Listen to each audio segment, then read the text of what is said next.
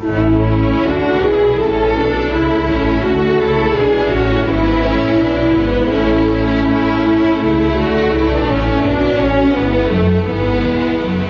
Making of a Nation, a program in special English.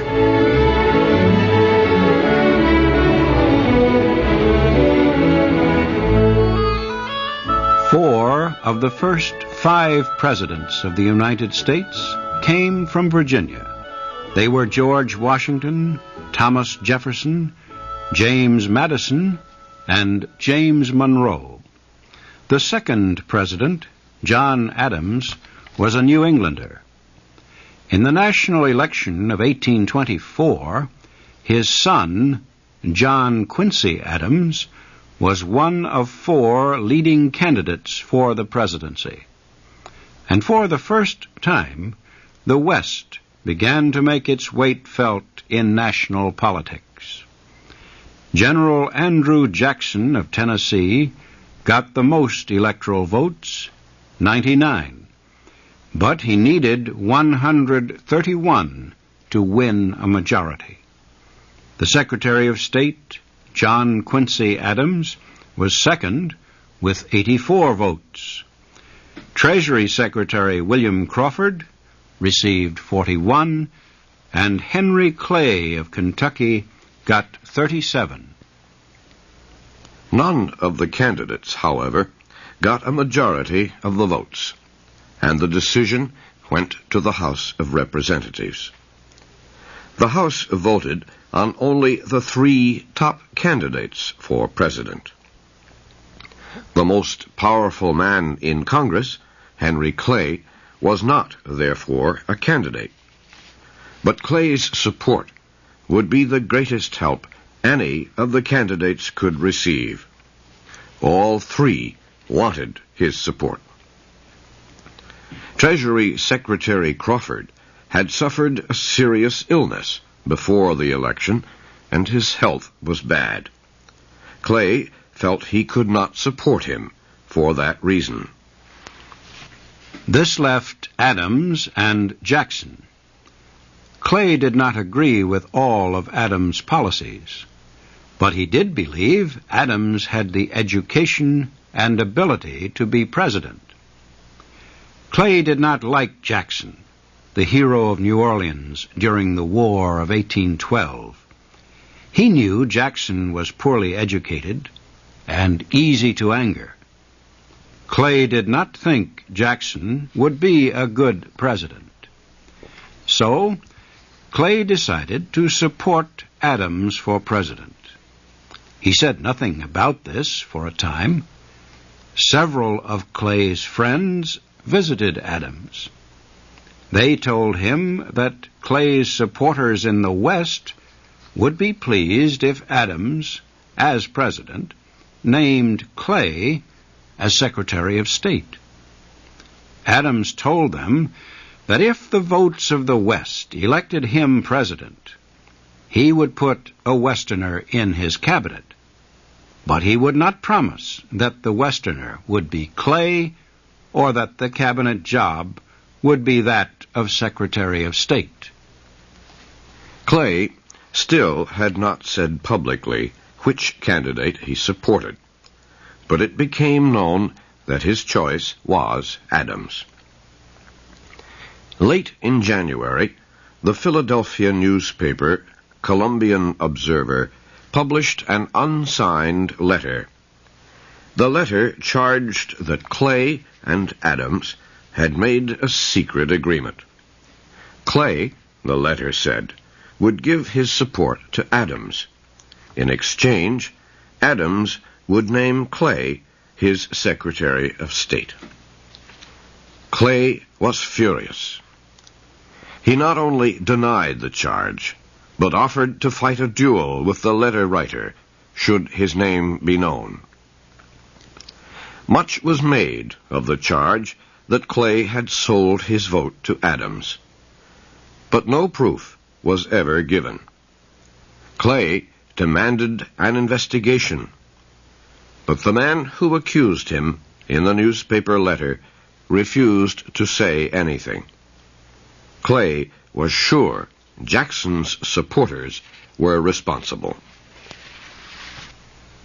Snow was falling in Washington on the morning of February 9th, the day that Congress would elect the president. At noon, members of the Senate walked into the House of Representatives. The electoral votes were counted, and it was announced officially that no candidate had won. The senators left, and the House began voting. Each state had one vote for president. Adams was sure he would get the votes of 12 states. Crawford had the votes of 4, and Jackson 7. New York was the question. 17 of the New York congressmen were for Adams, and 17 were opposed to him. Adams needed just one of these opposition votes to get the vote of New York and become president. One of those New Yorkers opposed to Adams was a rich old man who represented the Albany area, Stephen Van Rensselaer. Although Van Rensselaer had supported Crawford or Jackson, he really was not sure now whom to support.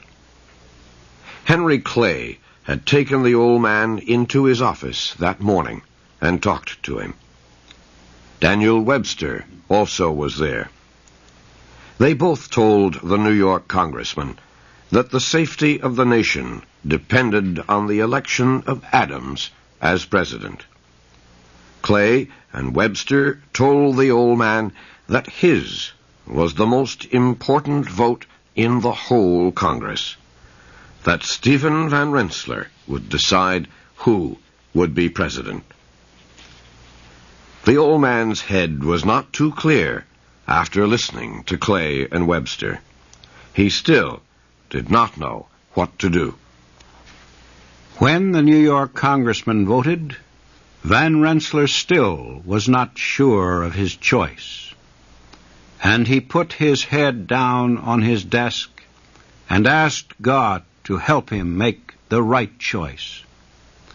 After this short prayer, he opened his eyes and saw on the floor at his feet a piece of paper with Adams' name on it. Van Rensselaer picked it up and put it in the ballot box as his vote. This gave Adams the vote of the state of New York and made him President of the United States. A committee of congressmen was sent to Mr. Adams' home to tell him of the vote. One member of the committee described the Secretary of State. Sweat rolled down his face. He shook from head to foot and was so nervous he could hardly stand to speak. Later in the evening, Adams had control of himself. President Monroe gave a big party at the White House. Adams was there. So was Jackson and Clay. During the party, Adams and Jackson met face to face. Jackson had his arm around a young lady. "How do you do, Mr. Adams?" said Jackson. "I give you my left hand, for the right, as you see, is devoted to the fair. I hope you are well, sir." "Very well, sir," answered Adams coolly. "I hope General Jackson is well." 2 days later, Adams told President Monroe that he had decided to offer the job of Secretary of State to Clay. He said he was doing so because of the Western support he had received. Clay thought deeply for a week about the offer. He asked a number of friends for advice. Most of them urged him to take the job. They told him that a man of the West was needed in the cabinet. And they said being Secretary of State would greatly help his own chances of becoming president someday. Clay accepted the offer he said he would serve as Adams' Secretary of State. Until now, General Jackson had refused to believe the charges that Clay had sold his vote to Adams for the top cabinet job. Now he was sure of it.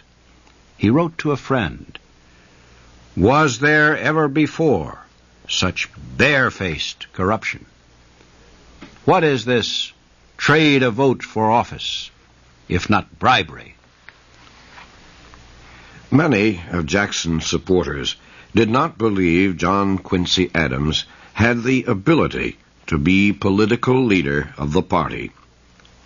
They believed that Clay would seize the party leadership and use this power to help himself become elected the next president.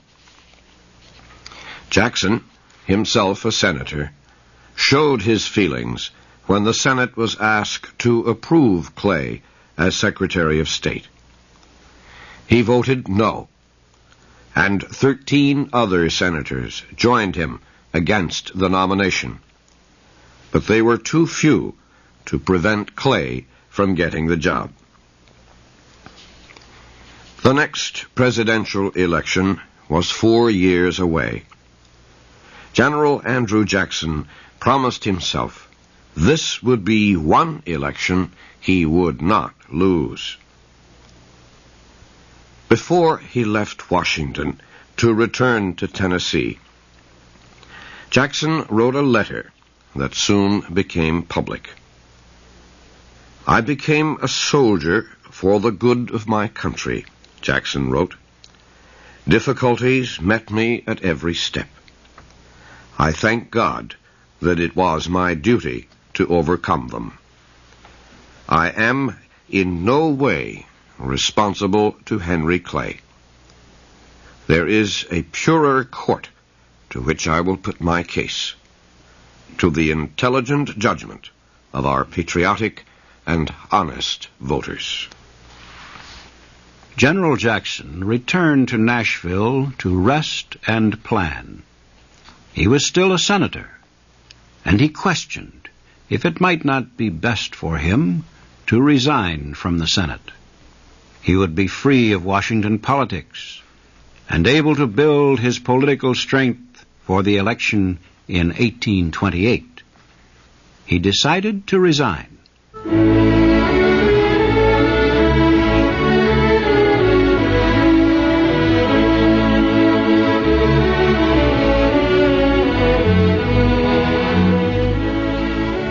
You have been listening to the special English program, The Making of a Nation.